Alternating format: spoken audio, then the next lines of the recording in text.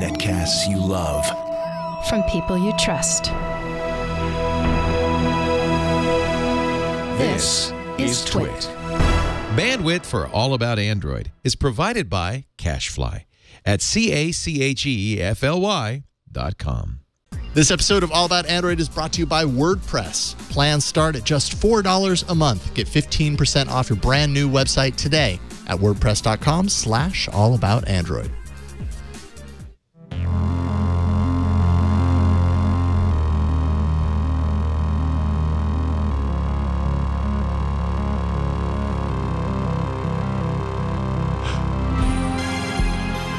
Oh, man, you're so good, Victor. Welcome to All About Android, episode 341, recorded on Tuesday, October 31st, so awesome. Halloween 2017. We're your weekly source for the latest news, hardware, and apps for the Android faithful. I'm Jason Howell.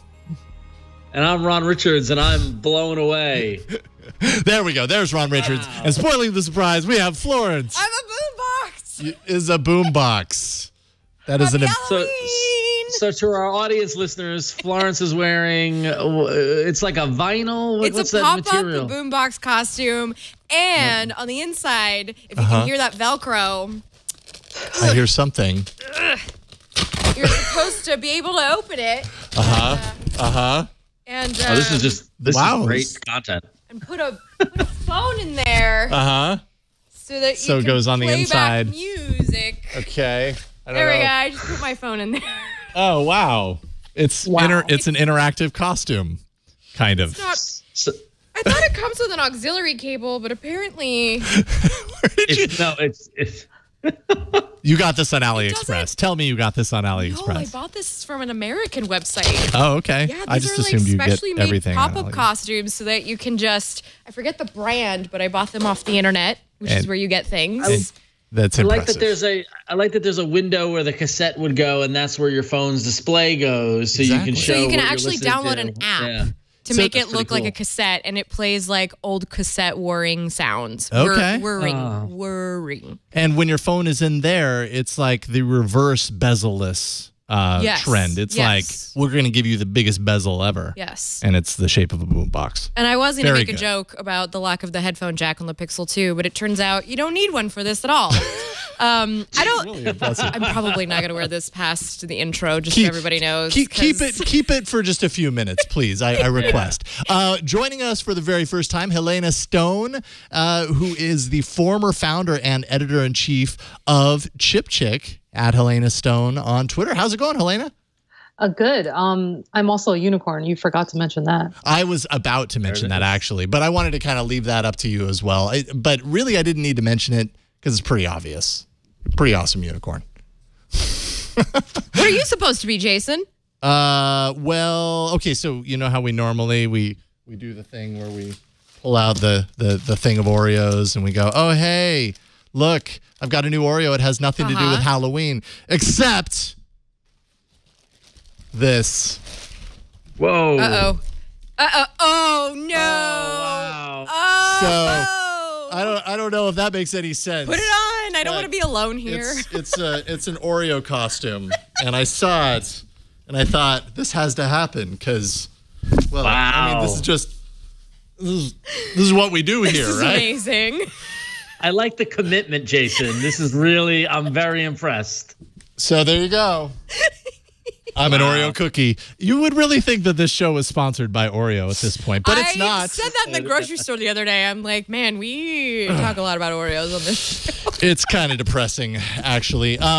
Helena, I did not warn you that usually at the beginning of every episode we unbox a brand new flavor of Oreo cookie because, I don't know, different from when I was a kid when there was one flavor of Oreo. Just now there are one. millions. And double stuff. Double stuff came out like Yeah, in and the 90s. double stuff. But that's the same flavor. It's just more of the stuff. Yeah. So I'm sorry because otherwise I would have shipped you some Oreos. You're not forgiven on that one. Do you eat any of these extra flavors and do you like any of them? My favorite flavors are the European flavors. So you get all those strange and exciting flavors in Europe that you can't get here. Like, I don't think they have green tea Oreos here. Do they? I don't know if I've seen them. I've seen them online because I've become a little bit of an expert on Oreos by searching on the internet for flavors I'll never get. Can we get a product shot on this, please, Victor, so I can just show how red this Oreo is on either side? Now, this is a red velvet Oreo. Red velvet they leaned into the red velvet aspect. It really smells velvety. Okay, so I'll just go ahead and pass this to the throngs of people off camera who always come in to get an Oreo cookie at this point. And we'll take a bite, and then we'll give it a number rating, and then we'll move on. Okay. I like Bleak's rating in the chat room is red. Code red. No, I've had worse. Last week's was much worse. What was last week's? I forgot. What was it? Last week's was a mystery flavor. It was mystery, which was not good at all. Okay, I give those an 8.5. Those are really good. They're pretty good. Rating. I wouldn't go quite as high. I'd probably go like 6, 7. Are you not a red velvet fan? 7. I could take it or leave it. Oh, that's why. See, I'm a fan of red velvet, the cream cheese frosting, the way it lingers by in your mouth as you're trying to do a podcast. Helena, red velvet, yay or nay? Nay. Nay? Just in general? I'm not jealous anymore. Okay. Yeah. Well, then we picked a good cookie to not be able to send you then, because we wouldn't want to disappoint you. I've always been let down by red velvet. When I get a red velvet cake, it always looks really good, and then I taste it, and I'm like, that just doesn't live up to how it looks. That's sad. And did the cookie follow suit? The same result? Yeah. Well, I mean, I don't know. I never know what to expect from the flavored Oreos. Delicious. I don't think any of them look particularly delicious just by looking at them. They just look like an Oreo cookie with different colors. It was pretty good. 6.5. Right around there. All right. All right. And we got the really important stuff out of the way. We did. We've got a lot to talk about. We're going to be discussing Google's official statement on their Pixel 2 XL display issues that we talked about last week. Android 8.1 developer preview is out now. Fast pair for Bluetooth. That news hit today. Reviews of the Asus Zenfone 4 Max that I've spent the last week with. The Asus ZenPad S310 that Ron's spent the last couple of weeks with. So we finally got a tablet review on the show. The JBL Link 20 that both Florence and Helena have spent some time with. We'll get reviews of that, plus your emails and a whole lot more. Before we dive into news, Ron, this is really important. You put it in here, so go. Yeah, so I want to thank Dino on Twitter, who earlier this morning, Dino Fantazzi, alerted us to the fact that today is the 4th anniversary of the release of the Nexus 5. Way back in 2013, on October 31st, the Nexus 5 was announced. And since then, in the past 4 years, we have christened the Nexus 5 as the first entrance into the Android phone Hall of Fame as the best phone of Android's existence. So it's nice to give a little hat tip to the good old Nexus 4. And as I responded there on Twitter, I literally saw someone on the subway this morning reading Twitter on their Nexus 5 this morning. So still going strong. Now, Helena, how much time did you get? Much time with the Nexus devices, and would you rank the Nexus 5 as highly as Ron is ranking it right now? Wouldn't be my favorite Nexus. No. Really? No. Wow. But honestly, I didn't spend that much time with it way back when it was around. Yeah. I feel like it lingered in my life for a long time. It was hard to let go. It was great. Just the fact that today, 4 years later, I saw someone still using it with no problem. Also, the person on the subway, that the button, I think the volume rocker on the left was completely gone. Like you could see into the phone. Wow. Clearly, that guy's been through some stuff with this phone. So I kind of just gave him a nod on the subway when I walked by him, but I don't think he knew what the nod was about. But yeah, like I respect your commitment, but it's time to move on. So we should maybe talk about writing like a short story anthology of just like, bad romance stories with the Nexus 5 or like heartbreak. I just can't quit you, Nexus 5. I just can't quit you. My Nexus 5 was the only one there for me when she left me. Oh, it's so sad. What a good Halloween story to tell. I mean. All right. Hey, it's time, Victor. I think you're ready for some news. What's scarier than a Demogorgon or a creepy clown? How about bluish, burned-in screens? on Android News. That is pretty scary. It's been scaring a lot of people, that's for sure. For a moment, I thought you were going to say that Android News was scary, and we know that's not the case. Yeah, that's why I paused. Yeah, thank you. It can be. Yeah, it can be scary sometimes, but not this news. Bluish screens. So what's not scary is the Android 8.1 developer preview that rolled out and got lots of goodies in this 8.1 developer preview. So I'm going to run through a list of some of the interesting stuff, and then we can chat a little bit about it. Colored nav bars and dim nav buttons after several seconds. That's pretty cool. One of my favorite things, which is something that I've always installed a third party for, a floating power menu, which is fantastic. Automatic light and dark themes based on wallpaper, thanks to the Wallpaper Colors API, which is very cool. A lot of cosmetic stuff here in this. Lots of changes to the settings app. The running in background notification has been renamed to using battery and can finally be toggled off to hide if desired. That's a big one. Post setup restore, so you can restore from old backups manually from the settings menu and not just on the initial setup process, which is awesome. The very Star Trek sounding neural networks API. And then finally, an Oreo appears in the Android version number Easter egg, which is what we've all been waiting for. And you can get your hands on this in the Android beta program portal. You can activate your device on the beta channel, and it supports the Nexus 5X, 6P, Nexus Player, Pixel C, Pixel XL, and the Pixel 2 XL. Jason, have you installed this yet? Yeah, I did this morning. So last night I got the delivery, or yesterday I got the delivery notice that the Pixel 2 XL that I ordered, it's the black version, not the Panda version. That's why I got it earlier than Leo. Anyways, he's waiting another couple of weeks.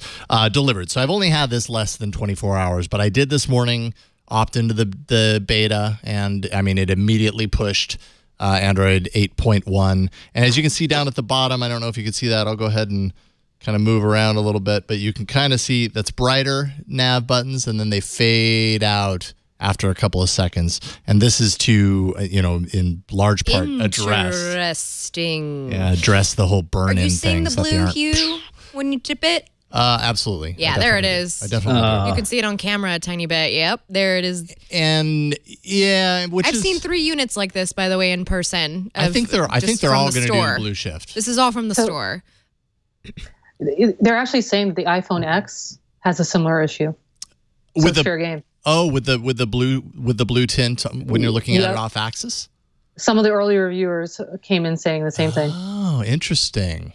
Well, I mean, it's and this is kind of ties into the next story, and we'll talk. Well, we can jump right into it. That's fine. I don't think there's really a whole lot more to say about Android 8.1 other than the fact, which I did want to show this off real quick. We'll go into because it's always fun to do this, go into About Phone. What is it? Android version 8.1. And now you get an Oreo cookie, which you didn't in the previous version, which was weird because it was Android 8.0 Oreo and you didn't get an Oreo cookie. But now you do, so we can all move on. Anyways, Flo, set it up, and then we'll talk about kind of the display stuff. Setting it up. I've got to set it up for those of you who still have purchased the Pixel 2 XLs and are waiting for them to arrive to your house. The good news is that Google had announced last week that it would extend the Pixel 2 XL's warranty to 2 years. I believe that also extends to the Pixel 2 devices. So if you have any of the, I don't know, weird sounds being emitted from it, or, perhaps it just sprouts legs. I forgot to put my arms out so I could touch the screen. Perhaps it sprouts legs and walks away. Google cited this change in warranty due to decay characteristics, which are similar to the OLED panels used in comparable products. Comparable products, of course, referring to phones like the LG V30, which does have a considerable blue hue, and which somebody in the chat brought up. It's kind of an OLED thing. Yeah, I mean, that's what Google is saying, is like, this is no different than what you see in a lot of other phones. Yeah. I mean, you don't see them in all the other phones, and I think that's, a lot of people's point. But if it's really bad, you have up to 2 years to return it, or rather exchange it for a new one. You actually only have 30 days if you bought the Preferred Care extended warranty. That will give you a full refund within 30 days of the purchase date, or prorated after that. And keep in mind, if you didn't purchase that, the return policy is 15 days for full refund at Google. And do buy it from the Google store, because if you buy it from a carrier, aka Verizon, you will have to pay a restocking fee, which is Oh, annoying. that's a good point. $35. So get out of that restocking fee. Just buy it at Google Store. That's a good point. Unless you really want that blue one. So we've all, I think, played with a good amount of like phones and devices in our time in technology. I think, you know, in less than 24 hours of having this phone, I checked it for the whole burn-in thing or you know, persistent image persistence, whatever you want to call it, and I didn't find it on here, thankfully. Or if it's on there, my eyes aren't adept enough to figure it out. The blue hue, I totally notice.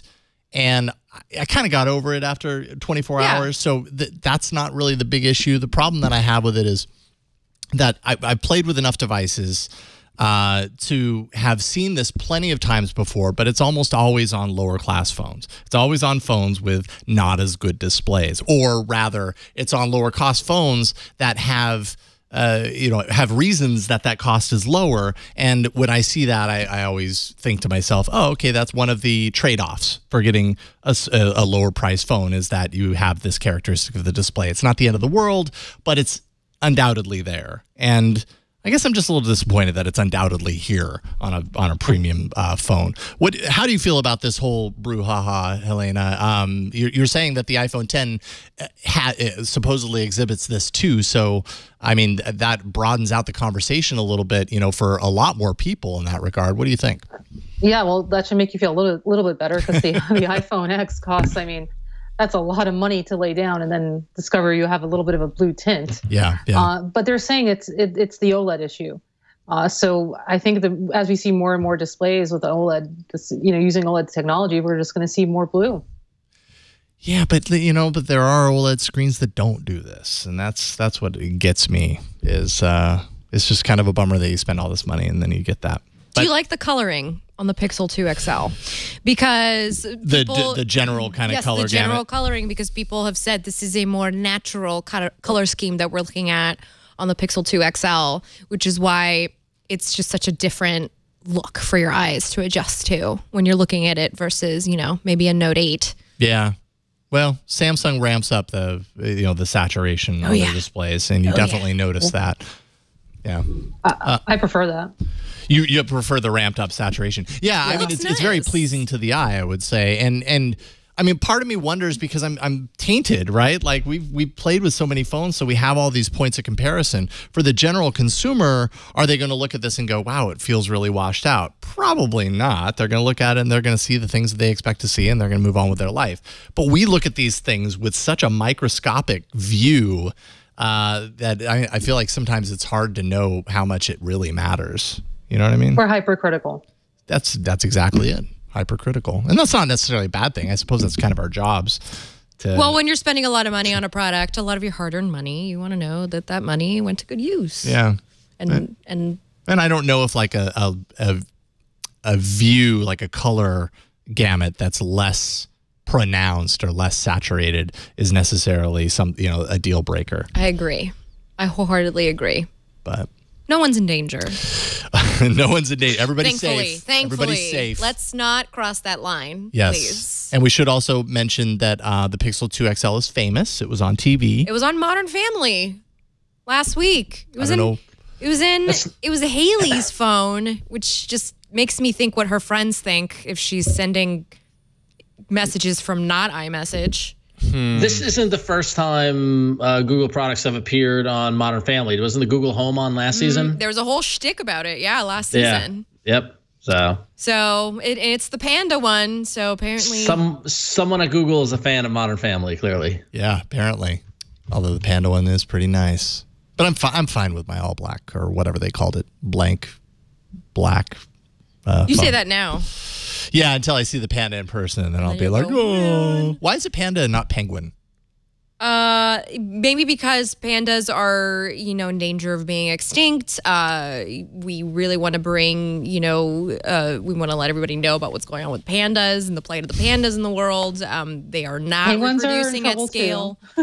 Penguins, yeah, that's a good point Helena's throwing out there. I think people just love pandas. I mean, I love pandas. Pandas maybe a little bit more cute and snuggly until you actually try and snuggle with a panda and you realize they're vicious. And they are also vicious. They're the perfect animal if you think about it.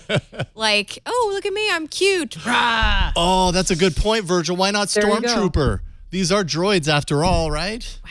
Droids should be a man. Stormtrooper. Why not Oreo? Yes, why not Oreo? Oh, wait a minute. Do you think that's actually why? Why is there an orange? Oh. Why is Do you there an think orange that's actually button? why? Or, wow, that's a really good point. Why is there an Helena. orange button? Why is there an orange button? Because, well, I'm sure there's an orange What is it, the cream-filled Oreo Nabisco somewhere. logo? Yes. That's exactly what it is. If you look at it through a There's a tiny little Nabisco etched on there, like those little rice necklaces you could buy, grain of rice necklaces where you have your name written on them and you wear it around your neck. That was a 90s I think thing. that's what Google's going for. Cool. So I hope you all get your Pixel 2s and you can celebrate and dance in the streets. Up next here, we've got some more news. New update via Play Services is adding, well, we've got a couple of stories around Bluetooth. Apparently Play Services update adds new Bluetooth functionality called Fast Pair. Google just announced this today.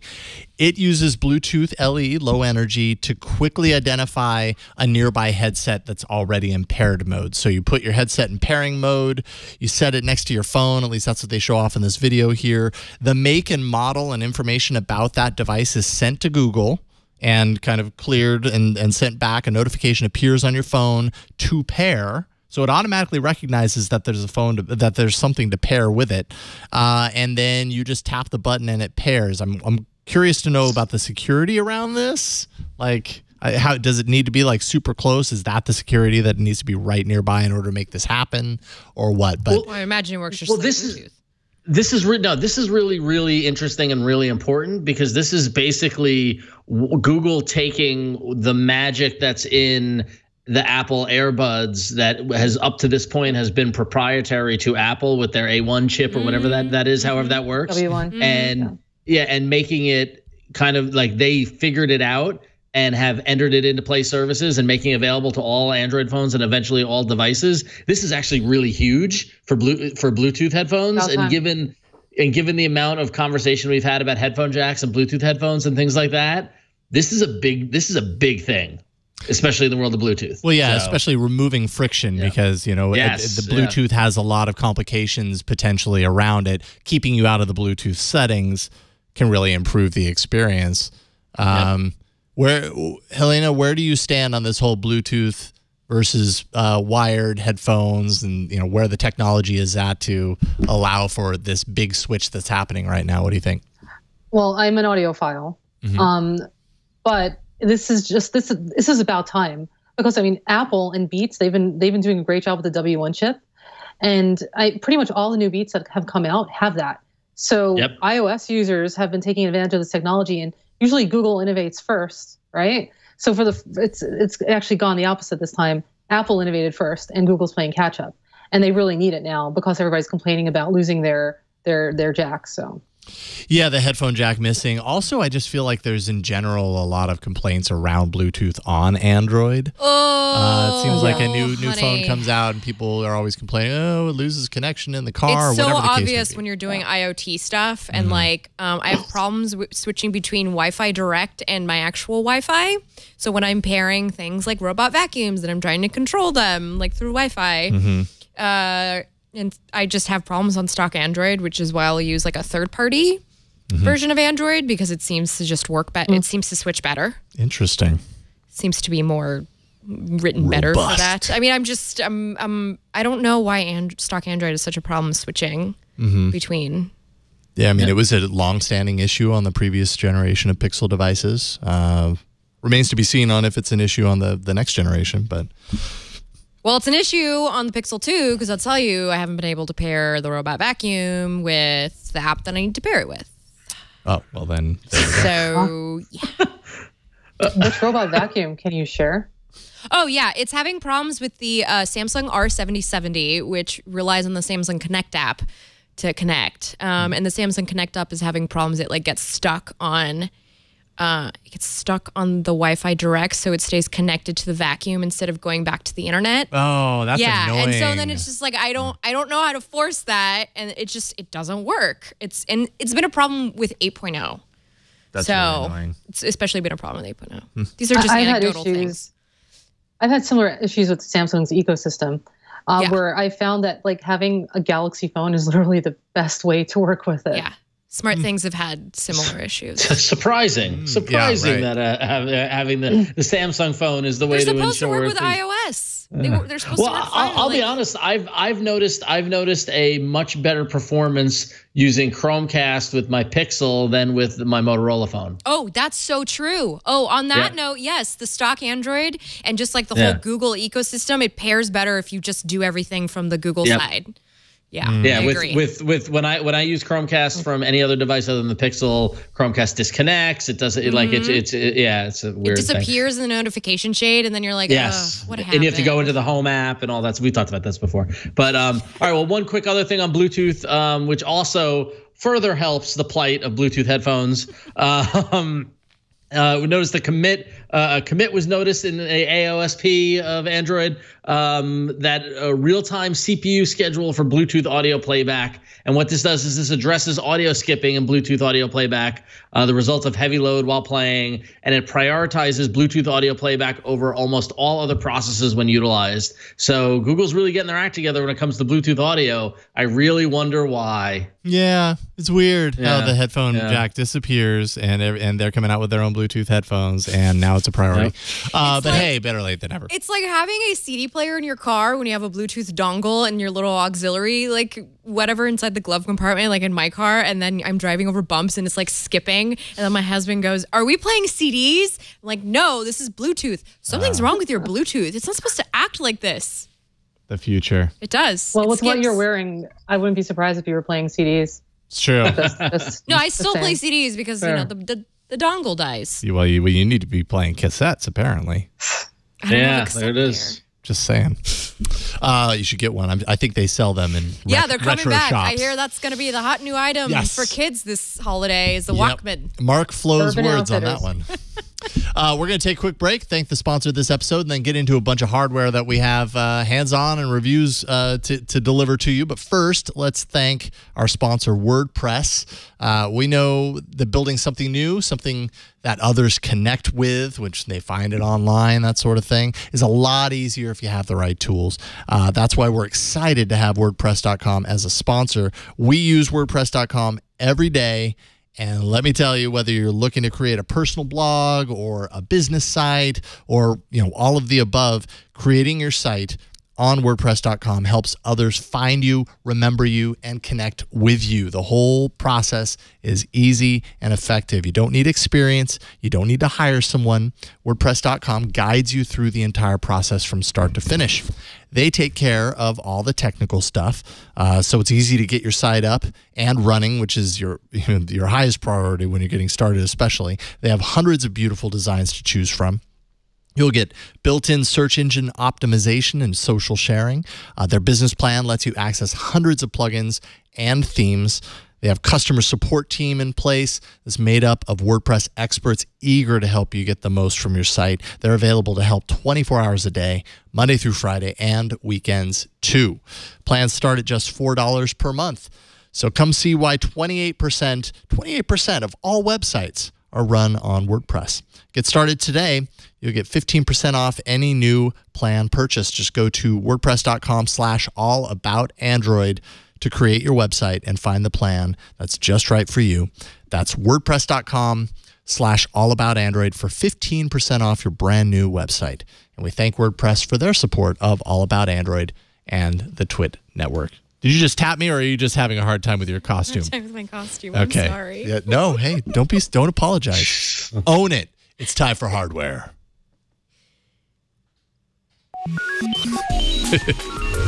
Sorry, that was a little fast. So, a little bit of an announcement today. A little bit of an announcement. This is going to be really exciting for people in markets where they really rely on giant smartphone batteries to power them through the day. So, the Nokia 2, maybe you've heard about it. It's a very cheap Android phone with a giant battery. The battery is 4,100 milliamp hours. That's like really big. And the thing about this phone is it's $120. So that also comes with a 5-inch 720p LCD display, which will ensure that you definitely can make those full 2 days with having sort of that lower resolution screen. It runs on a Snapdragon 212. 8 gigs of storage, micro SD expansion slot, 8 megapixel rear-facing camera, 5 megapixel front-facing camera, as well as Nougat 7.1.1 right out of the box.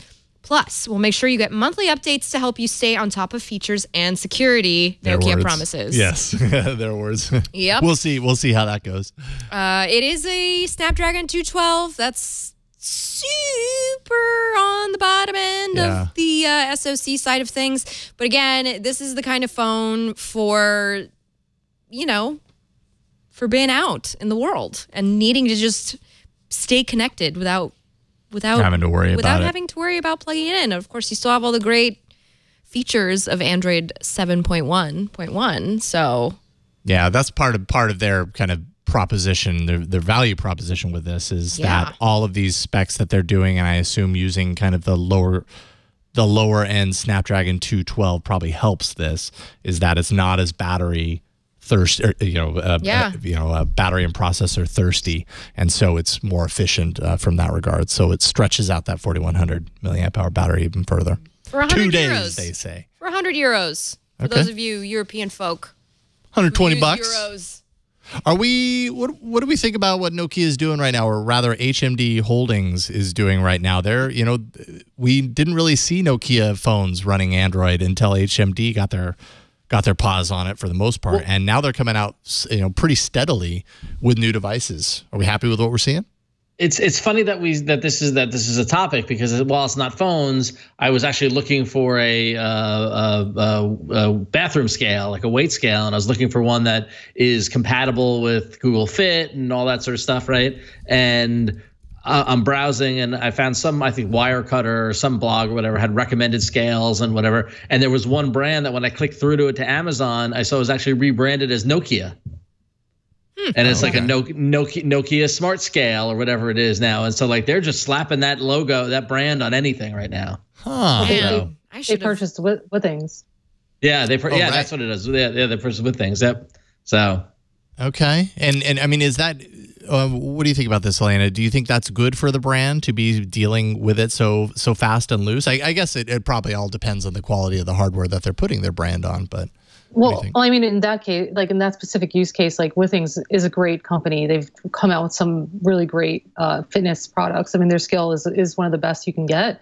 But really, no one's they just don't have mainstream brand recognition. So for Nokia to slap their name on it, I think that's really smart. There's no point in wasting a minute for that. Right. Yeah. Gives them a little boost on the hardware out of the gate. Cool. Well, hey, that's a really great price point. We'll see how the phone is. Obviously, the focus on this is battery, how it does in other facets. But yeah, that's kind of the promise, right? If battery is the most important thing, that's a phone for you. I actually have another phone that falls into the same category of devices, the Asus ZenFone 4 Max.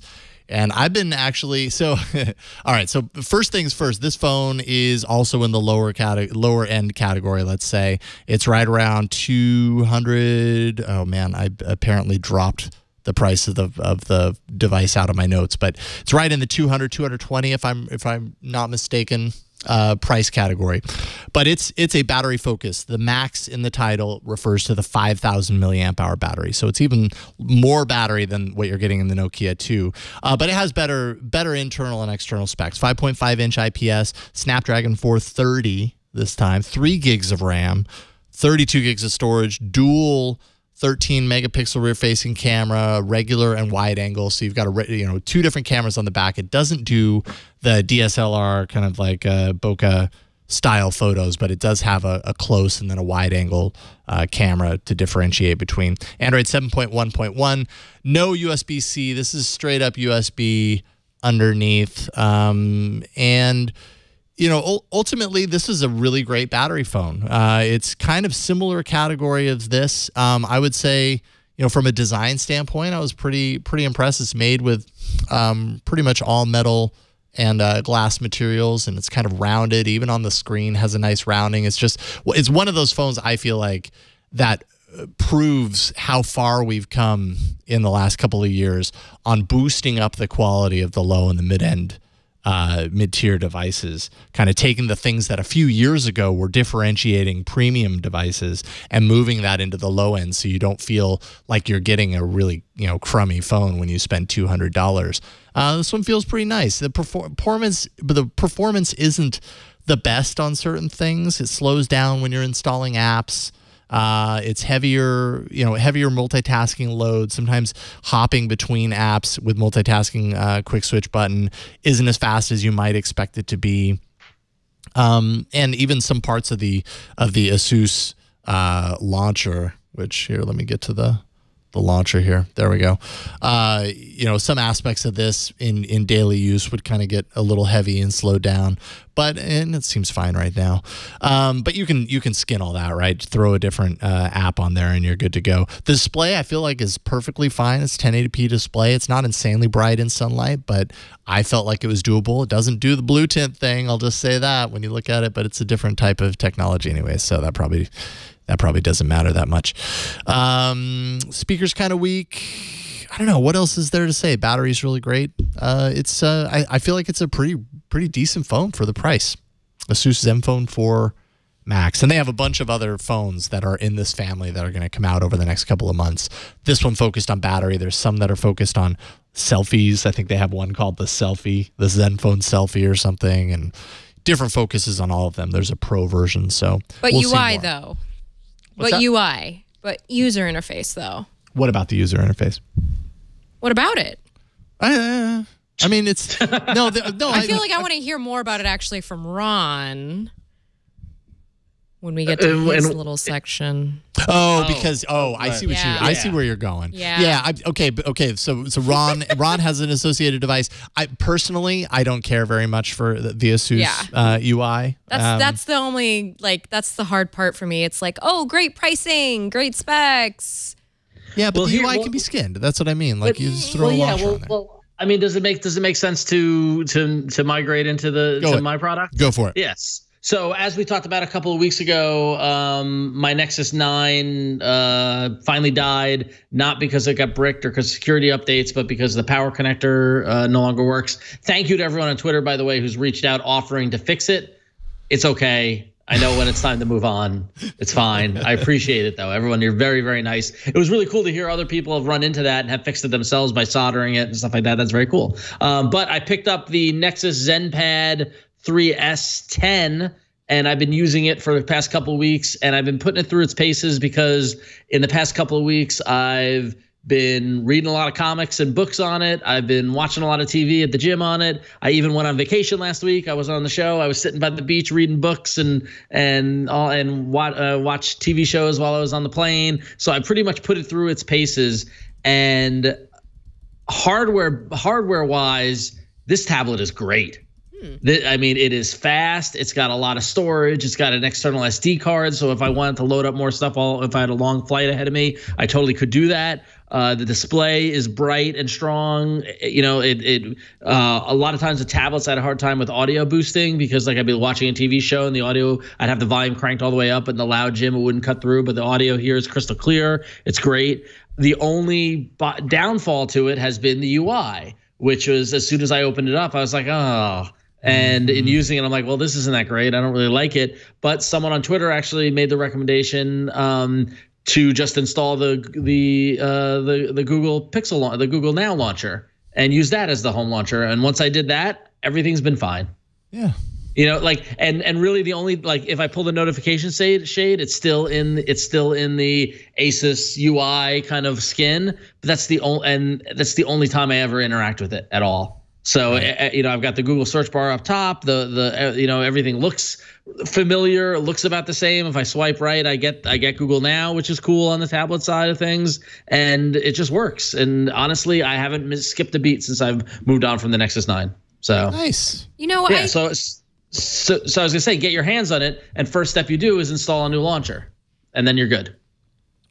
Sorry about that, Ron. I just wanted to say that I am really pleased that you had a great experience with this because I feel like that's what I really enjoy about the Samsung tablets. It's just really nice hardware, and at least with like some other launcher on there, it's fine because it's a tablet device. It's not your primary device.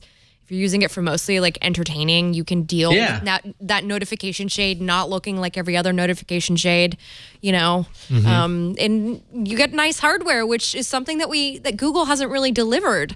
I mean, yes, we had the Pixel. And the best thing of all is that you get nice hardware. I paid $270, I think, for this. Okay. Yeah, the price point. Like I was looking at tablets, and at first I looked at the Pixel, the old Pixel, and I was like, nah, that's too expensive. It's still over $500. I looked at the Samsung, $400. And now that the NVIDIA Shield is kind of gone, I couldn't really find it to buy it on Amazon at least. This at $270 or $275 is great. Like it's a great price point. Yeah, you got a fingerprint sensor in there. Yeah, USB-C, the fingerprint sensor works. quick charge.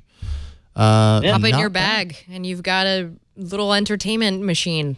Well, I got a great little cover for it that makes it look like a little portfolio. It's so it doesn't, even though I used to have my Dodo case, and then I went to Portenzo to get the one that makes it look like a book. I really like that, but I'm going to email Portenzo to see if they'll make one for me for this. But this works fine, and it's got a little cutout for the camera. Not that I ever use the camera, but it's this tablet. Like now, people ask me, what tablet should I get? This is what I'm recommending. This is a great tablet. Right on. Nice. That's great. That's the Asus ZenPad 3S10. Filling in the void because there are not a lot of tablets on the market, Android tablets on the market at this point. And I heard from a bunch of people on Twitter who also have this, and we're glad that I was talking about it because they've been really enjoying it. I haven't heard a single person say, yeah, it was a stinker, I returned it, or anything like that. Everyone has been like, yeah, I do not regret this purchase. So, like, thumbs up. Ain't I a stinker?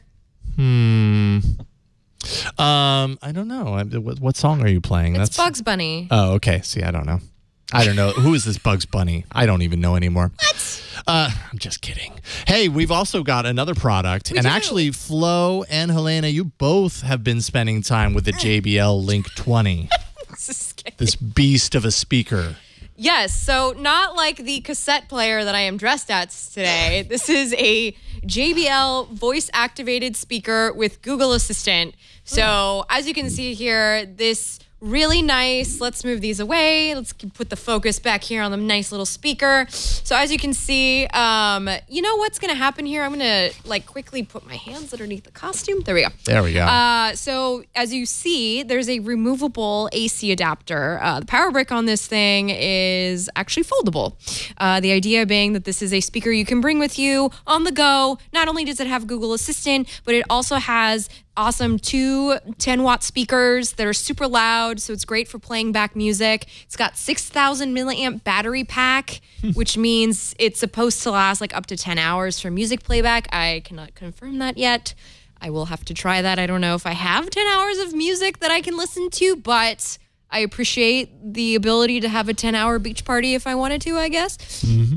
And of course, as we know, that is kind of JBL's shtick, is they make those speakers that can go to the beach and are for all the young kids to have fun with. Well, now this... And the old kids, too. And the old kids, too. Well, now old and young kids alike, you can enjoy a speaker with Google Assistant built in. I was actually struggling a little bit to get this hooked up to Wi-Fi. I found out it was just my phone having issues, which is great because that means I can do this. Hey. Oh. You're supposed to listen to me. Oh. You're making me look bad. Oh, come on, JBL. Is it on? Play music. Is it on? It's supposed to be on. Gosh now, darn it. Is the power managed through the phone app or? She's listening. Oh. Okay. Okay, so I heard. Well, play some music. Okay, here's some music on Spotify. Don't play anything bad. Here's some random music on Spotify. Oh, that's embarrassing, but it's okay. We can listen to this dance music. Okay. This loud European dance music playing. There's playback on the device, so you can pause it. There's also a Bluetooth symbol, so this is just you take it with you. I'm going to the beach. Just unplug it. And it's your Bluetooth speaker and connected to your phone. Speaker and play me some music. some music on Spotify. and she still plays you music. So it's but what we heard there is actually routing audio from your phone through. Well, but the JBL, can that be connected to your Wi-Fi and just do assistant? This is connected to our Wi-Fi. It's just going. It's just my phone is activated as well every time I do that. Gotcha. That's what I was setting. I'm sorry, I was setting that up. Oh, sorry. No, I'm sorry that I was doing that so rudely. But yeah, I set it up so it's all through Google Home.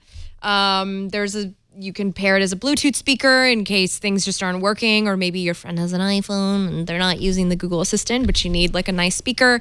And for $200, you got this nice hefty loudspeaker.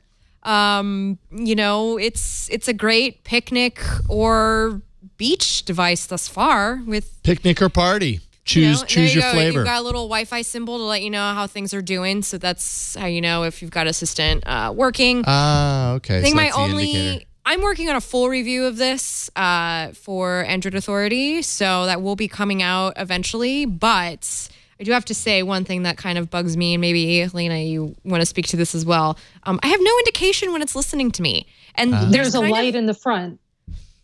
On the front side? On the front it'll side? do like a Cylon type of thing, like a... it'll light. When you say hello, it'll on the front. At the top part of it.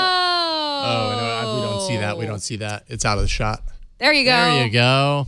It's like the Google Home Mini. Yeah. The dots. So that's because I put it this way, in facing me where I use it. Oh, right. I didn't even, I was just using it all day and not seeing that. Thank you, Helena. Whoopsies. Sorry about that, y'all. Helena, have you been liking this speaker?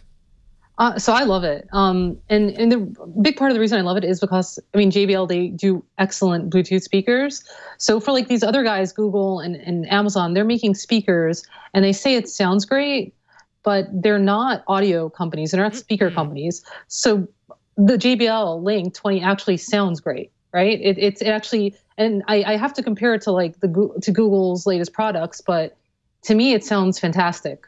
So like, even if it didn't have Google Assistant built in, I would want to use this as a Bluetooth speaker that I'm taking with me. It's also got a couple of other features with like, you can basically turn this into a multi-streaming system, just like a Sonos. Mm-hmm. Oh, yes. So if you have, another JBL product, another JBL Link product, and there are two other models in this family, a smaller one and a larger one, you can connect it. You can have them all play in stereo. You can just use Google Assistant to control, which one's playing in which room. So it basically unlocks all these other like cool features that you don't get standard in just about any Bluetooth speaker, which I appreciate a lot. So you get 10 of these and then go to the beach, and then you've got like beach surround sound. I actually am getting another one in so I can test this out this week. Nice. So I'm very curious about that because it's something like you can't do that with the Cortana smart speaker, for example, which is made the Invoke, which is made by Harman Kardon, which is the parent company. Sounds really nice. Yeah, it does. It's the parent company of this sound. JBL. By the like they're both the same thing. And this costume, I really didn't think about it before putting it on today. It's okay. We appreciate the dedication. But this is super. Like I'm just really on board of the idea now that Google Assistant is coming to these third-party manufacturers. Like the people who know sound are making really great sounding things so that I can stream Spotify and Pandora and my podcasts at full bass the way that I would like them to be streamed. So you can feel the drop, right? You can feel the bass. You can really feel the bass. And if you saw the way I clean the house, well, you would think I run a rave. A vacuum rave. As strobe lights? Because that's how I clean the house. Pacifiers around the neck, candy necklaces, bright neon everywhere, and the house is dusted. You took it by there. the end of the day. All right. So, I'm Takes just a full doing day. my part. I've got a 2-story house. That's a lot to clean. That's true. All right. So it sounds like it sounds like you're both pretty positive about the JBL. This is great. I'm so glad Google's doing this. No offense, Google Home. The pricing for it also is very reasonable and on par. Like it costs pretty much for the size speaker it is, and for the fact that it's waterproof and it does streaming and all that, multi-room streaming, $200 is very reasonable. The fact that it has Google Assistant thrown in, it really just is kind of like icing on the cake. Yeah. The only thing I will say though, and I will put this in my write-up, but it stands out a bit in the kitchen. Yeah, it's not the most blend into the interior. This is definitely a living room device. Like, it's fine in the living room, and then like you take it with you when you go out. But as a kitchen device, I feel like the Google Home and the Mini are, aesthetically much more for that environment. I would agree. Even though the kitchen makes your electronics really gross because grease and smoke and stuff. Depending on where you put the electronics. Well, you know what? Some of us don't have giant houses, Jason. I don't have a giant kitchen. My kitchen's tiny. I don't either. Wow. But anyway. Pain points, people. This is the pain points of suburbia, okay? Yes. Feel for us. Right on. JBL Link 20 and a signal of things to come from Assistant being built into all sorts of third-party devices, kind of like this. All right, we have some time to answer a few emails because we've gotten a lot of emails over the past couple of weeks. So, Ron, why don't you take the first one? I love the emails. So you notice that we've gotten more as we've been reading more. Yeah. Like, it's kind of cool. It's great to see the community getting involved. All right, Scott writes in, and we're talking about this issue earlier in the show, but Scott says, after seeing Google's response to the Pixel 2 XL display burn-in problems, I'm kind of angry that they're making a software change to all of Android, a lighter nav bar in certain situations, just because their displays on their phones weren't up to par. I'm wondering if I'm the only one in this boat or if there are others. Are you guys angry about this? I mean, that they're going the software route as opposed to dealing with the hardware? I'm not angry about it. I do, as with anything along these lines, as an Android nerd, I like settings, and I do wish that there was some way to change the settings. Someone on Twitter said, "Oh, just go into settings, display, blah, blah, and there's a thing in there," but there isn't a thing in there for me. And so I don't know if I've just got a different device and I'm not seeing the right setting or whatever, but I would like the ability to do that. But I also understand that Google is really trying to kind of make certain decisions for the user right now, and that's one way to do it. I don't think it's a bad choice to have it fade out. It actually works really nicely, but I don't know. Any opinions? I think doing a software solution that's a solution, and you can't realistically think that they're this hardware issue they're going to recall or anything like that. So they're coming up with a creative solution that honestly might benefit all of Android. It could be. I agree with you. It should be a setting that they can adjust, but I think it's a creative solution that solves it. So yeah. And also, by the way, someone on, because I did put this out on Twitter as just like a general question, trying to find is there any way to change this? At Air Cooled Cafe on Twitter, chatted with him a little bit. He pointed out Substratum, which we've talked about on previous episodes. When that's ported to 8.1, will likely, now he didn't have any information making this oh yeah, they're definitely working on it sort of thing, but he says it's likely that they will probably address this. As it is right now in the current version, you can theme the navigation bar in a number of different ways, so you would expect that when they push this to 8.1, they will also include that theming. Costume's just over the top, and it'll allow you to make adjustments there as well. So there might be a solution. I'm sure the folks at XDA and a number of other developers are going to add these into ROMs that are based on 8.1. You'll see some controls depending on what you're using. So, all right, you got the next one, Flo. All right, this one is from Will in sunny, not for long, Oregon. Do you know how to get the not a phrase I typically say out loud? Do you know how to get the normal non-pixel version of the Google Now screen when swiping to the right from the home screen on the Pixel? I just got my Pixel 2 XL and I really like it, even with the screen quote-unquote issues. But I don't like the separated views the Google Now page gives me. It seems to give me way less stuff on my Pixel than it did on my Nexus 6P, and you can't swipe anything away anymore. Thanks, love the show.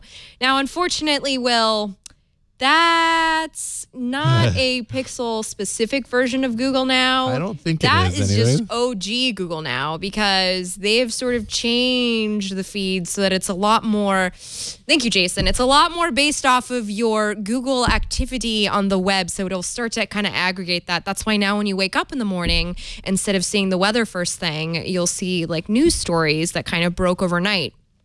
And then you've got all these other categories. I mean, this. Yep. Oh, you know what? This is really super bright. Sorry about that. There's so much more customization. Like you're gonna have to kind of go in and start curating these things.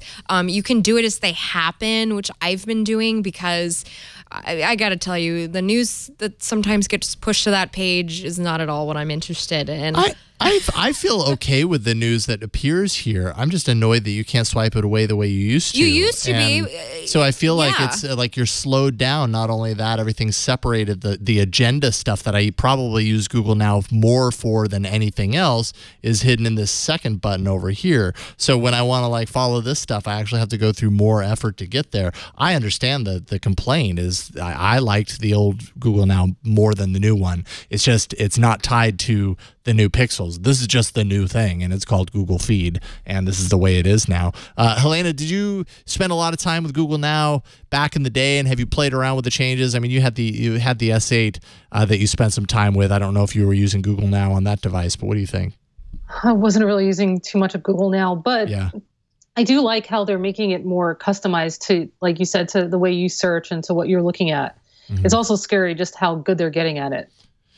Yeah, like I actually find a lot of these articles that end up in the feed are pretty, you know, that end up being pretty dialed in to me. And there's a lot of stuff in here that I end up reading. It's just getting rid of it. Like if I don't want to see that, okay. Yeah, go up here I've run the same. and then I've run look the for same thing. Hide this Mine story. is Which really one do I do? I embarrassing. just want to get rid of it. because I do Yeah. have celebrity gossip in there. So it's like, Of course you do, Flo. big Why tech are we review surprised? followed by who is dating whom. And I'm like, oh, man. Don't be embarrassed by that. Embrace it. This is All right, so That's wait, you, Flo. let's do what's on our Google Now, okay? So I just swiped open my Google Now, and I've got the IMDb listing for Thor Ragnarok, right? Then I've got on TV today is a new episode of This Is Us, right? Then as we get down past all my stuff, I've got the Astros Dodgers score, and then the top story for me, exclusive, the new Guardians of the Galaxy pinball machine looks pretty good. Like that's pretty like right on. And then the second article is about Twin Peaks, and then about the New York City terror attack earlier today, and then then TechCrunch Google launches a new $1,900 hardware kit for Hangouts Meet. So that's interesting. I missed that news. Oops. Did you see that? Is that breaking news? It's from 9 hours ago, though. I mean, I guess it could be, but yeah, whatever.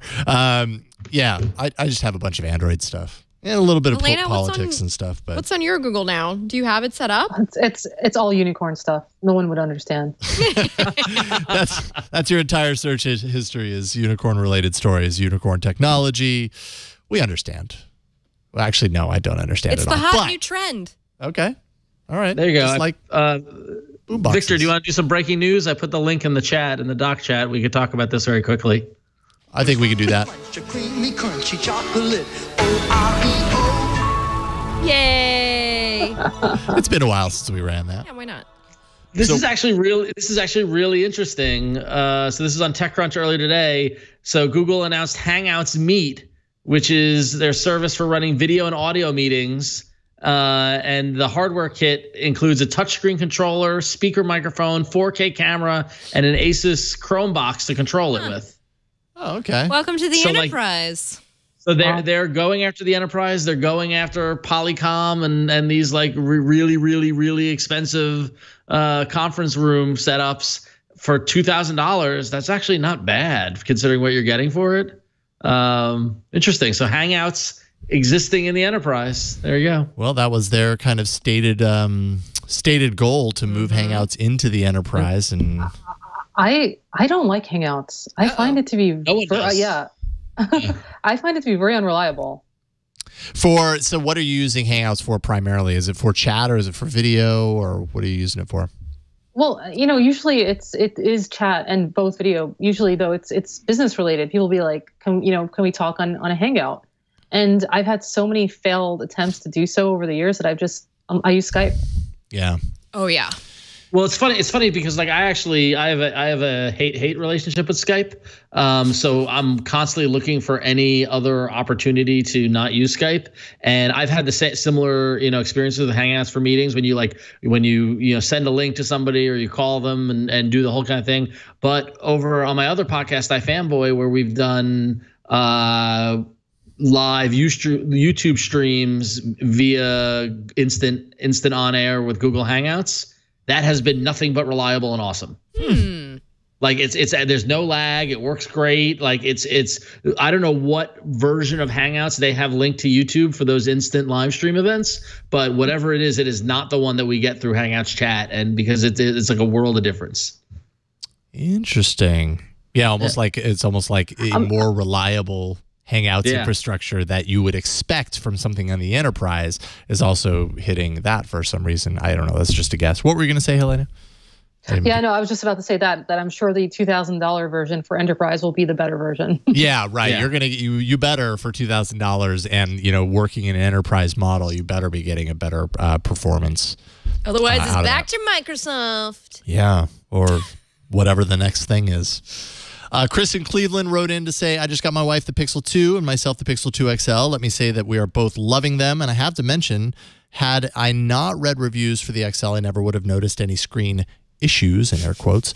Maybe I need new glasses, or I'm not a big screen nerd, but to me it looks great. My real reason for writing in is for one minor annoyance, and that's the 3.5 millimeter adapter. My wife's car doesn't have Bluetooth, so she uses the auxiliary jack, but now she needs to choose between music or charging when in the car. I looked online for an adapter that supports both the headphone jack and a charge port at the same time, but they all have crummy reviews. Like, seriously, Amazon is flooded with these things with 1 to 2 star ratings, and they only work with the Moto Z. Do you know of any good adapters to make the dongle life less stressful? Help!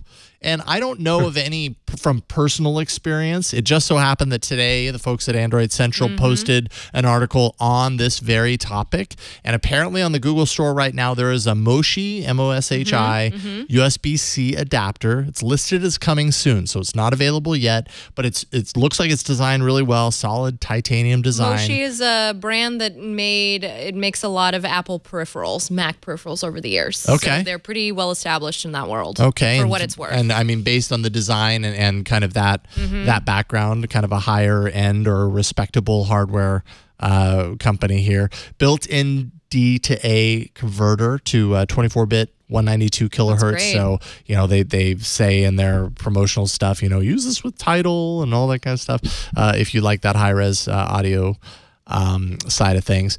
So it's a good 2-in-1 adapter. It's coming soon. $44.95 is what that's going to set you back. So if you need this adapter, it's going to cost you $45. So can I just say, though, that when you plug in the Pixel 2 with the USB adapter and it's through the aux, like, the music sounds so good.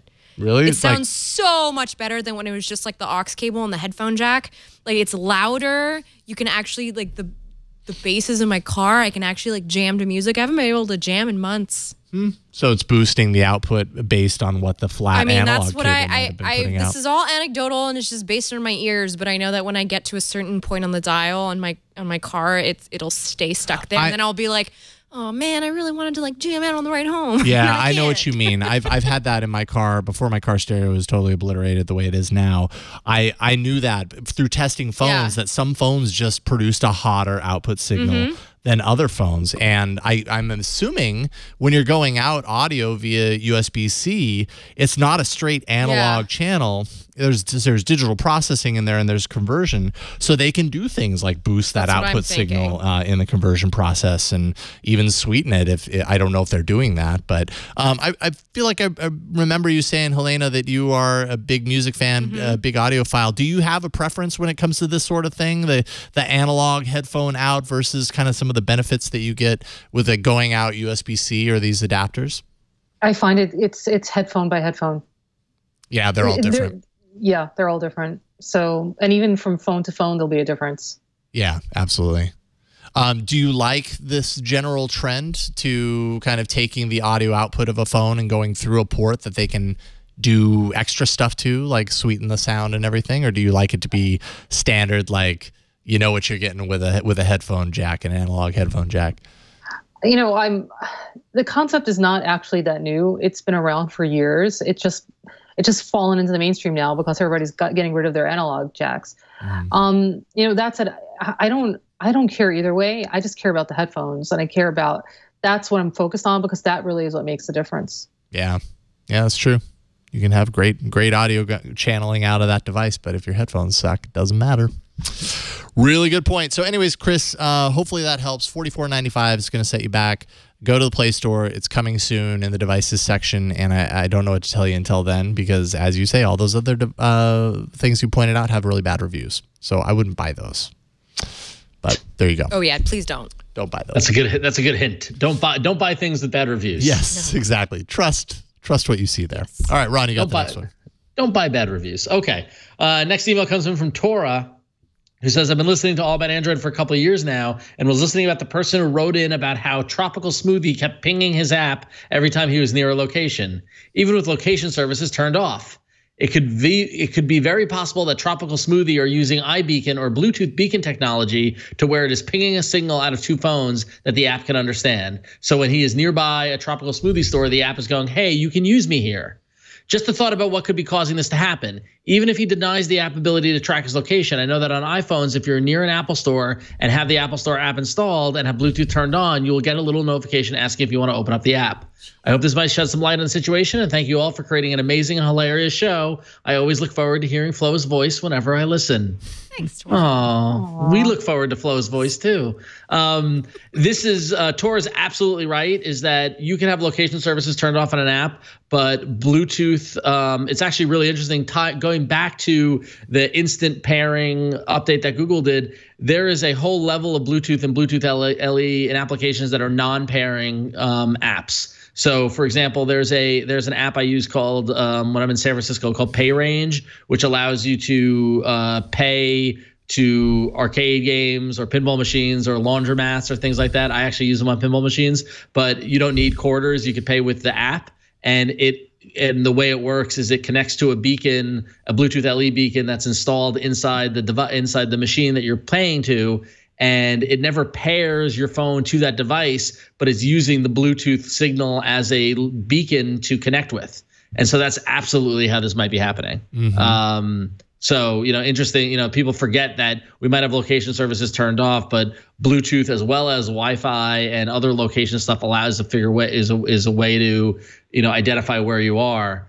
But a lot of people in response to that suggested nearby. Well, the nearby is the name of the beacon technology inside Android. So right. They're basically saying, like, I'm thinking that it's probably nearby, which is what the email is alluding to as well, which took me to this page that you see here. And if you go into the turn nearby notifications on or off, I feel like this potentially, if this is what the app is doing from the question from last week, if you go into the control nearby notifications by type, Victor, which is the second one, there you can see control apps. If you go into the Google settings on your phone and then into nearby settings, you can, under that section, tell your phone which apps on your phone can receive those beacons and which will ignore them. And if this is actually what that app is doing and how it's making that, you wanted to know how to disable that so that it doesn't do that anymore, this would be your answer right here. So, hey, we made it. We figured it out through the power of the people. Love it. Yeah, that's awesome when it works out like that. All right, Flo, you got the last one. Power to the people. This person is Robert. I currently have a Nexus 6P. I would like to get a new phone with a better camera. I hear your discussions on the quality of the cameras in the new phones that have come out, but my primary interest is a little different. I want a phone with a camera that is good at zooming in on details, not taking pictures of faces at parties. Do you have any recommendations? I am legally blind, so I use my phone for helping me see things that I can't, like my house's electric panel or the part of the roof that needs work. The 6P is a lot better than the Moto X 2nd Gen that I had before, but I would like to get something even better. I bought and returned a Galaxy S8 because I couldn't get more detailed pictures out of it. Which I'm surprised by. I would think that the S8 would have really great pictures that when you zoom in on them. I really don't have a lot of money to spend either, and I have concerns about buying a phone from a company that may not provide good customer support if the phone is defective or needs to be returned. I have already had problems with Samsung and ZTE. I think my only way to get better zoom capabilities would be with a clip-on lens, but I'm also having trouble finding one of those that looks like it is worth buying. I thought this could be a different kind of thing to discuss on the show, but any info would be appreciated. Well, Robert, so I was thinking all day that I would suggest to you the Note 8, but you've already had problems with Samsung. So maybe you don't like that idea, but I will say that unlike the example of the GS8, the Note 8 is great because it has those dual cameras, one of which is made for the 2x zoom. That's a really good point. That's an optical zoom, I believe, is how it's said. It's an optical zoom. It's an optical zoom rather than a digital zoom, which is what the GS8 practices with its singular lens.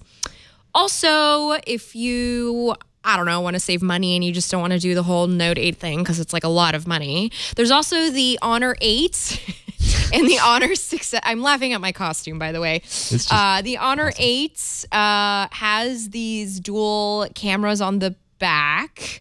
And if I recall correctly, the thing about it is one shoots monochrome and one shoots in color, so you're not really getting that zoom effect that you would with the Note 8. But it is like a high. I did like that it was dual screened. You know, it's not as high res though. Right. Which is an issue. Yeah, it really does sound like now that we're kind of talking through this, that what they need, what Robert needs is a phone that has that optical zoom functionality. There are other phones, and I wish that I could remember them. Is it the Asus Zenfone 3 Zoom? But that's a little bit old. Yeah.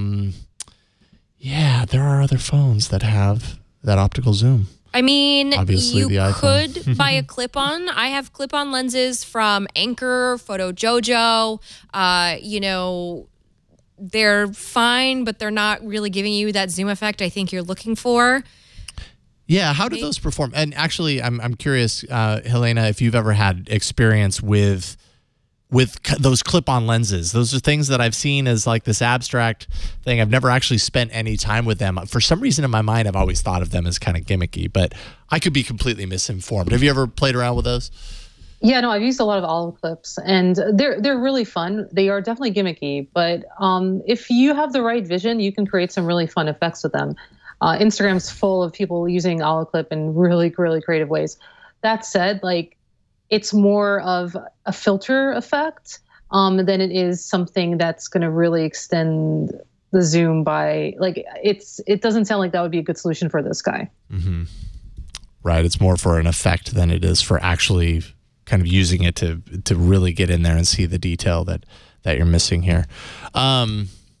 Yeah, so finding these phones that have the dual cameras and one of them dedicated to the optical zoom, the Note 8 really is at the top of the list as far as I'm concerned. That's the one that what you were talking about, Robert, that it can do. I have seen it do it. Yeah. And I remember I can't think of any other phone to suggest to you that would do exactly what you want to do. Without the kind of burden of extra hardware that you have to attach on and everything like that. So you want a phone that out of your pocket you can just use like that. I rescind my Honor suggestion, and I say it's pretty much just the Note 8 for right now. If you can hold out. Elena, you were going to say something. What were you going to say? I mean, it sounds kind of counterintuitive, but it almost pays to get like a $200 compact camera and with Wi-Fi and use that and then transfer photos over to your phone. Yeah. Yeah, it's not ideal, but they're cheap. That's true. Gosh, I always forget about standalone cameras. What is that? Yeah, they exist. They still exist. They're still a thing. I remember 10 years ago that was the thing. Now they're still a thing. So hopefully that's helpful to you, Robert. And I guess when you hit a solution, email us and let us know. We'd love to have a follow up on that. All right, it's time. We're going to jump into the arena. So many enter, but only one lives. Android Arena. All right, last week's poll, twit.to/AAA vote 340. Was it that? Or is that wrong? That's not pulling up for me. Ruh-oh. Ruh-oh. Shaggy. Oh, it pulls up for Victor. All right, excellent. It worked for Victor. Hey, there were 2 apps in the arena last week because it was Flo and I. We were hanging solo. And Flo, wow. Nice job. 58% with Bluetooth volume control. I had second place with Heads Up, 42%. I definitely attribute that to Heads Up being such a well-known thing. Let's look at the score. Yes, thanks to Wade County in the chat room. So I missed last week, which I get a penalty, and that allowed Flo to close the gap. And now Flo and I are tied for first at one with 115 points. The guests have got 107 points, and Jason, unfortunately, you're falling deeper into the basement with 104 points. So, but he can move in his costume. He definitely can move in his costume. And honestly, with 2 wins, you're right back in it. So don't worry, man. There's 44 weeks and how many? Maybe give or take 10 weeks to go. You can still do it, Jason.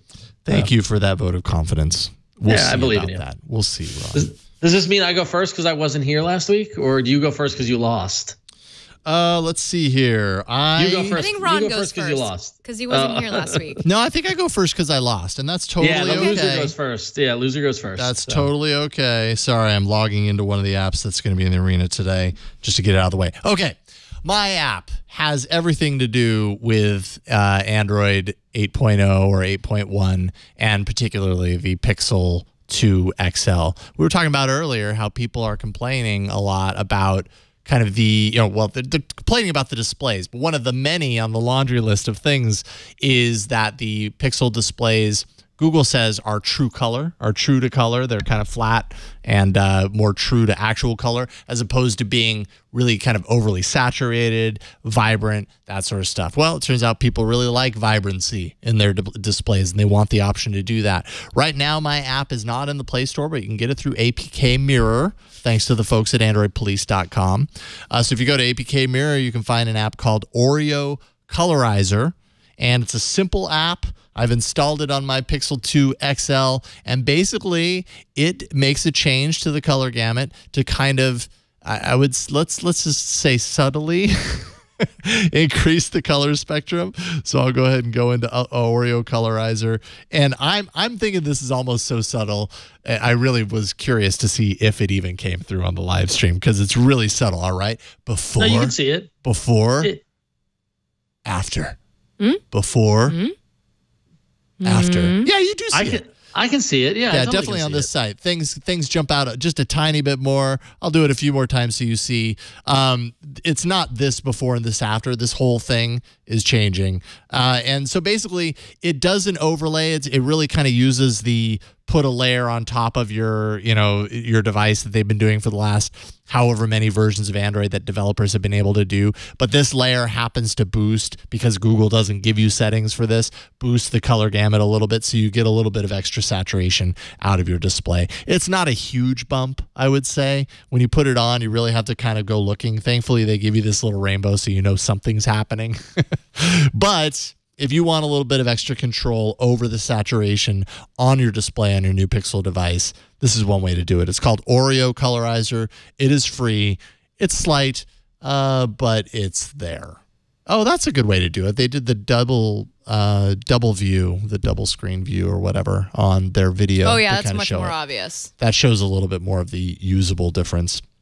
But anyways, I have that installed and I'm using it. And, honestly, if I took it off, I'd probably get used to the other way too. But some of you wouldn't. And if that's you, Oreo Colorizer is for you. All right, Ron, I believe you are next. So if you are like me, you often get I'm not like Jason in that I like to keep my notification bar pretty clean on my phone. I get a notification, I look at it, I swipe it away. But unfortunately, and sorry, Jason, that was a low blow. It's okay. I know. I mean, it's a thing. True. It's a joke. It's a joke. That's all. I still love you. But quite often is that, maybe every, 1 or 2 out of 10 notifications I'll swipe away before I actually read them, or I'll swipe it. And then 5 minutes later, I'm like, oh, what app just notified me? I can't remember. Luckily, I just stumbled upon this week notification history log, which they say in their Google Play listing, they are the only app that will let you retrieve all of your old notifications. It keeps a log of your notifications, and you can access them after they've been swiped away, which is kind of invaluable. So once you open up the app, it immediately tells you what phone and what version you're running and whether or not what functions of the app supports. Just so you know, this works with KitKat and Higher, so pretty much everybody should be fine. But in this particular case, if you tap on notifications history, the little eyeball, we will see the history of all Jason's notifications right there. Oh my goodness! Going all the way back. You know that I turned on Oreo colorizer.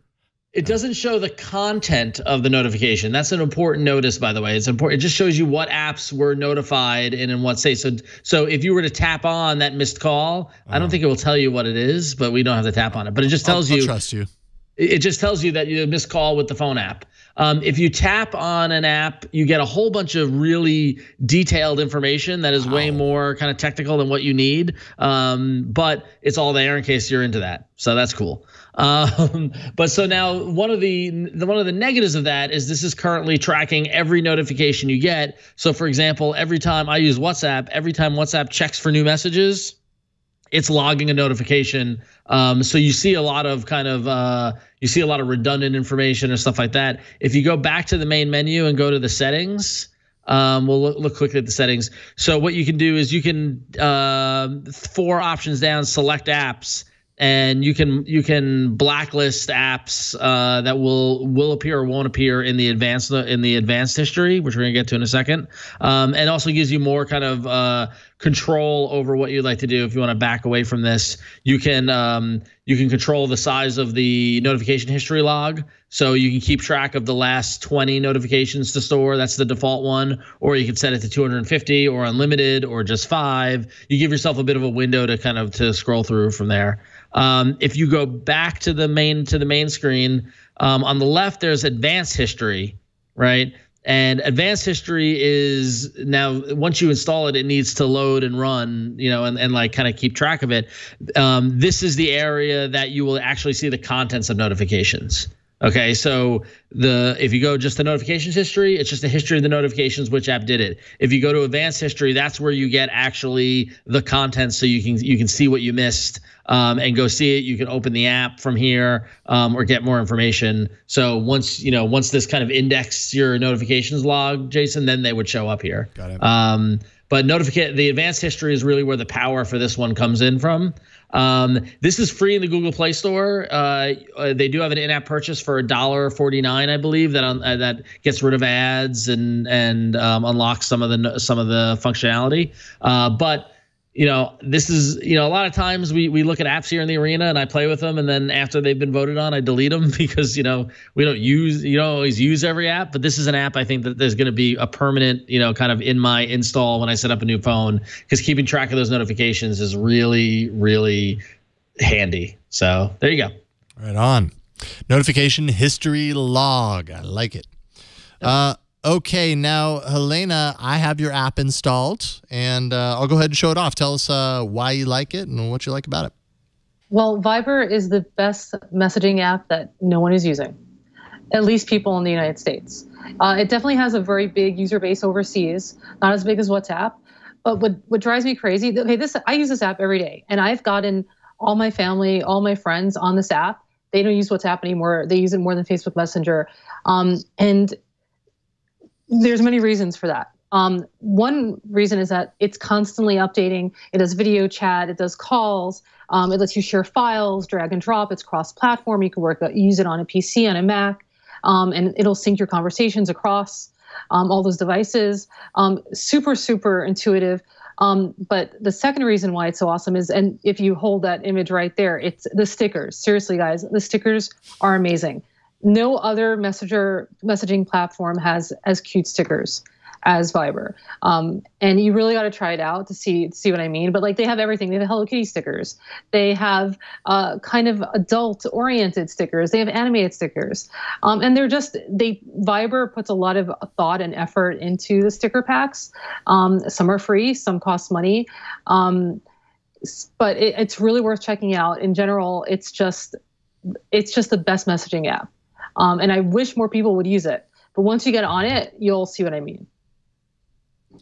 Right on. Now, we had Viber on a long time ago. I think probably like 5 years ago. And so it's episode 108. All right. So that was quite a while ago. So, and how long have you been using? Because it sounds like this is kind of your dedicated messaging app. You've moved people over and you have a lot of people that you use it with. This is my number one messaging app. And like I said, I've moved a lot of people over to it, and they all use it too now as their main messaging app. And so I've been using it, I guess, for like 3 years now, something like that. And they're really, really good. They have frequent updates. So they're constantly innovating the app, making it better, adding features, which is something that most of the other messaging apps don't do. Like WhatsApp, I mean, how often do they actually update and innovate? Rarely. I mean, you can even send money through this app. You can make international calls. So it's got like that Skype functionality built in too. You see, you can send files, you can doodle. They also have like some Snapchat-like features for adding effects on your videos and photos. So there's just lots of cool different things that you can do with this app. It's kind of like an all-in-one app because it does so many things right out of the box. But really, it's the stickers. You got to try the stickers. Nice. Awesome. This is Viber messaging. Is it, let's see here, Viber. Yeah, that's what it's in there. Viber Messenger, sorry. And yes, it's also secure and private chat. So it's encrypted, which is, I know, important for a lot of people. Absolutely. For a messaging app nowadays, it seems like something you have to have at least the option for like a secret chat or whatever that's encrypted and all that kind of stuff. Cool. That's Viber Messenger. And yeah, it's been around for a long time. It's a good, long-standing messaging app. Check it out. Thank you for that. All right, Flo, you are up next. I'm up next. This is going to be an interesting app arena because of my immobility, but it's okay. I do it all for the theater. I appreciate that your costume is still like you were talking about being done with the costume. I'm doing it until I got to get to the car. Okay. So as you've noticed, we've been having a lot of weather changes in the world today. Lots of climate change that's happening. So I brought a weather app to the arena today. It's called Dark Sky, and it is hyper-local weather. The thing about this app is you can subscribe to it for $2.99 a year. Let me turn down this display. For $2.99, that's $2.99. That's the price of a cup of coffee for a year, which you can do through your Google Play account. So you can just set it and forget it, folks. And it will give you all the premium features of Dark Sky.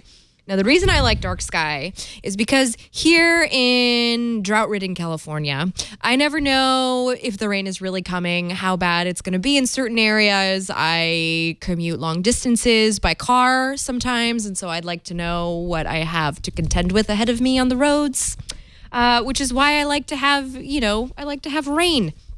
So this weekend, we're supposed to be getting some rain, according to the weekly report that we have here in Dark Sky. The weekly report is really nicely laid out. It's super easy to look at. It kind of gives you these bars to kind of show you like the disparity in temperature for the days. So I know that, Wednesday in Petaluma I'm going to need a jacket early in the morning, but I'm probably going to be okay in the afternoon without it. It's nice to have this information at a glance. There is a map, so I can just sort of see what's going on. If I want to see what the rain's going to be like this weekend, I can use this little slider. It's slided over down to Saturday. And here it's going to show me the precipitation in the Bay Area. So I can see that the pink area, maybe it's going to fall a little harder. You can switch sort of the modes. So there's the radar.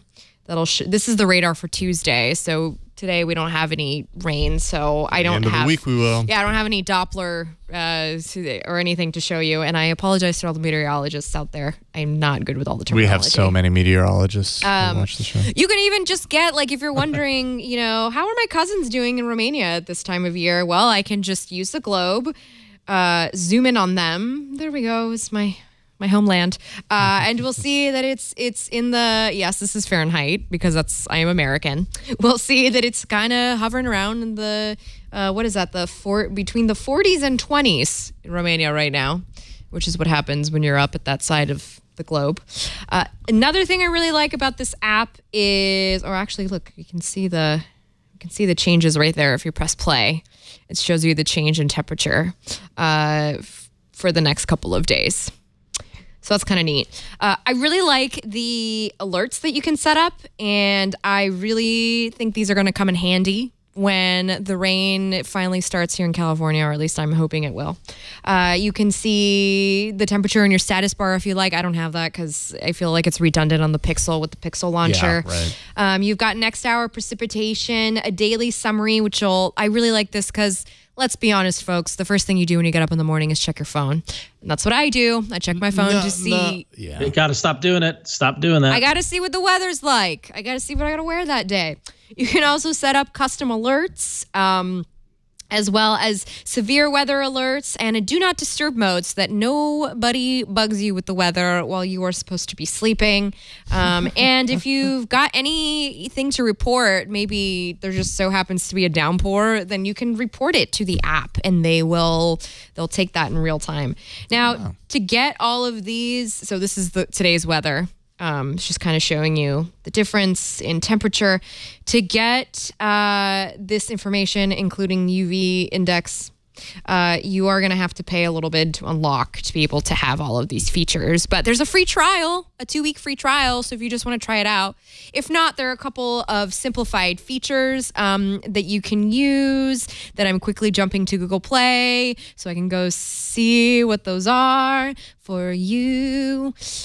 The free includes the 24-hour forecast, the detailed 7-day forecast, the current conditions, and beautiful weather maps. But if you want premium, the $2.99 a year, that's 25 cents a month. That gives you the down-to-minute forecasts, the rain notifications and alerts, that sort of thing, daily summaries, and widgets. This is currently available in the U.S., UK, and Puerto Rico. So there you have it. Right Dark on. sky, hyperlocal weather. Excellent. Fantastic pick. I love weather. I used to watch the Weather Channel for fun when I was a kid. I was just really fascinated. Weather news will never let you down. Well, Maybe not. Well, that's I probably should not be true, careful. actually. By the way, there's a fantastic typo waiting us in the poll. Oh, no. oh, Well, I didn't do it. Yeah, I did. Okay. I love it. I haven't spotted Wait, it yet, let's- but oh, we'll wait. all discover it together. Twit.to/AAA poll 341. Twit.to/AAA poll 341 is your favorite app. Oreo colorizer? Is it hotification history log? That just made my app sound that much better. Hodification. Oh, you want a history They should log of all the rename the things app. you've hotified? Hodification. Is it dark sky or is it Viber messaging? Check it out. Place your vote, and we will check in on it next week. But of course, we have to see. Victor wanted hodification. Well, of course, that makes sense when it's called No, actually, that doesn't make sense. Why'd you vote for notification, hodification, whatever? Hodification. That's hot stuff, man. Oh, it's hot stuff. All right. Well, there we go. Bleak also says I misspelled colorizer. I didn't make it color. Brother. Whatever. Whatever, Bleak. Okay, so twit.to/AAA poll 341. Place your vote. We'll check on it next week. But that is it for this Halloween edition of All About Android. And super awesome having you along for the ride, Helena Stone, at Helena Stone on Twitter. Thank you for spending your Halloween with us. Thank you for having me. Absolutely. And of course, for dressing up as a unicorn. We really appreciate you going This the extra isn't mile. me dressing up. Oh, sorry.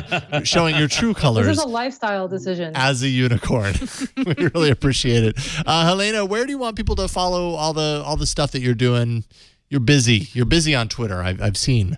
Where do you want people to kind of catch up Helena with Stone you? on Twitter and Helena T. Stone on Instagram. Excellent. Damn that person who took my name on Instagram. Just I know. Doesn't it suck when that happens? Like everywhere else, I'm this thing, except for this thing, that I'm that thing. Really appreciate it, Helena. Thank you. Ron, what about you? What's going on in your world? Yes, so you can follow me over on Twitter at RonXO, and you should check out other podcasts that I do. iFanboy over at ifanboy.com, talk about comic books, comic book movies, and TV and fun stuff like that. That's really it. I got another podcast waiting in the wings. I know I said it was going to launch in September, but then life happened. But I was just working on it on WordPress, in fact, earlier this evening. And so hoping to launch that in November. So stay tuned to Ron XO and you'll see the new podcast. And if you like TV, I think you're going to dig it. So. Dang, nice. Can't wait. Look forward to that. Thank you, Ron. And Flo, also known as the Boomboxinator. Yeah? What I could about never you? boombox. So I am on another podcast too, the Material Podcast, which I realize I don't mention a lot here, but you should come listen to me on that too. Absolutely. That's after All About Android, so you can get daily, double weekly dose of me. If you still can't get enough of me, you can also find me on Twitter at OhThatFlow, where I do post my work and other rants and things of the sorts. There's a JBL speaker link review coming up from me for Android Authority. There's a couple other things coming out of the pipeline. So just kind of follow me on Twitter to stay privy right now. And Snapchat. I'm still on Snapchat, people. I'm still there confessing my sins. I don't even know what a Snapchat is. Victor, thank you, by the way, for the awesome intro. The Stranger Things All About Android intro. We will be saving that for every Halloween from this day forward. So Cool. really It was appreciate it. Well, you did a great job with it. At least for this day forward, for as long as Stranger Things is a thing. And then it'll just be Stranger retro. Things. Yeah. As long as there aren't Stranger Things. Yeah, which there could be. You can find me at jasonhowell.net and yellowgoldmusic.com. By the way, best of episodes for the holidays are coming up fast, and we're going to need to work on those. So if you want to help out for any of the Twitch shows, just go to twit.tv/best of, not best off as I have it in the doc, but best of. If you go there, you can give us all the information that you have, as little or as much as you have, about that particular moment on that particular show that you thought was really great. And we will take that into consideration, catalog that, pull that from the episode, and include it in our best of episodes at the end of the year. And we really appreciate your help on that. It really does help us out. But that is it for this week. Thank you once again. Leave us a voicemail, 347-SHOW-AAA. You can send us an email at AAA@twit.tv. We are on Twitter at Android Show. We have an awesome subreddit. If you go to twitaaa.reddit.com, you can put stories in there, vote them up, vote them down, bring them into the show. Every app from every episode listed, you can find that at twit.to/Android apps. And you can find our stats at twit.to/arena stats if you're really into that sort of thing. And show notes and past episodes can be found at twit.tv/AAA. And you'll find our episodes anywhere you find podcasts, including YouTube, iTunes, Pocket Casts, all over the place. And you can catch us live if you like, Tuesdays, 5 p.m. Pacific at twit.tv/live. And that is it for this week's episode of All About Android. We'll see you next week. And happy Halloween. See you guys. Bye.